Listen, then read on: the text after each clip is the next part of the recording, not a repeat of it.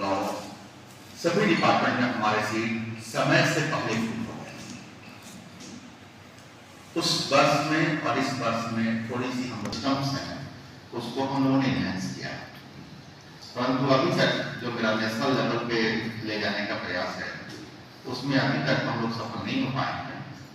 परंतु क्रमशः यह प्रयास जारी है कि हमारे संस्थान में प्रत्येक वर्ष प्रत्येक माह कुछ न कुछ प्रगति हो। और लैब हमारे जो बनाए जा रहे हैं, स्पेशली हम पैरामेडिकल के बारे में बात करें तो हमारा पैरामेडिकल में जो 4-5 डिपार्टमेंट हैं, जैसे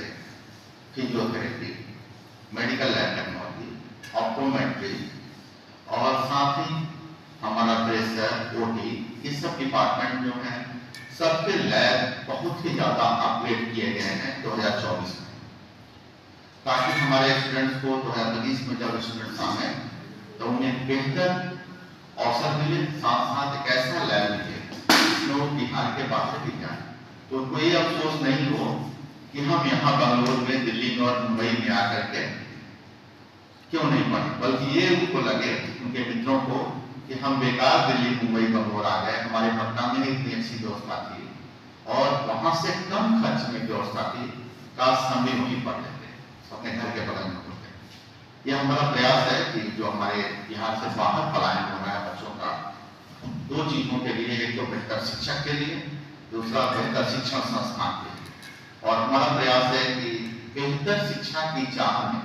जो विद्यार्थी बिहार से बाहर जाते हैं, अपने घर से बाहर रहने में उनको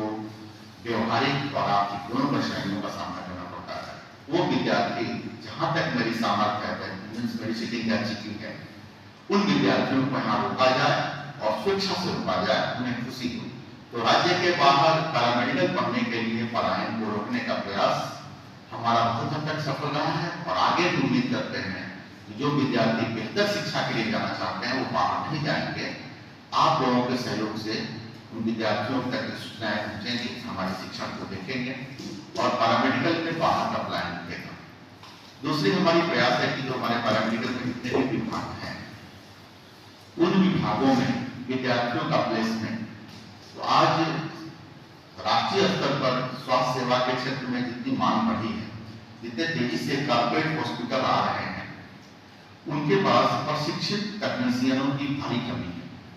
आज हम देखते हैं कि बिहार के विभिन्न हॉस्पिटलों में भी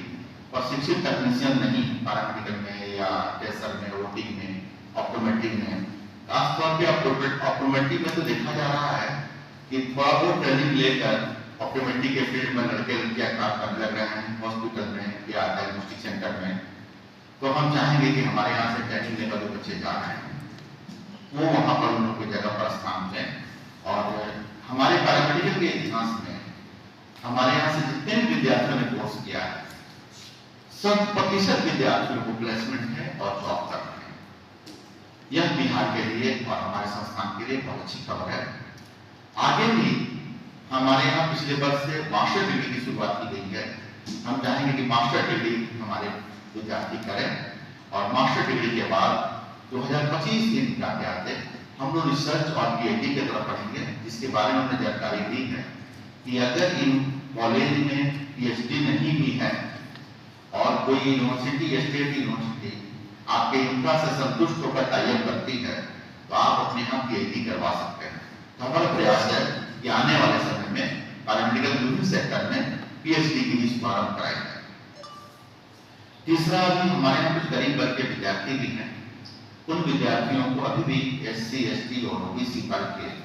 जो विद्यार्थी हैं, वो छात्र हो या छात्रा हो, हम लोग बिहार के हमारे युवा इसका लाभ उठाएंगे और 2025 में पैरामेडिकल में नामांकन हमारे यहाँ दिनांक 21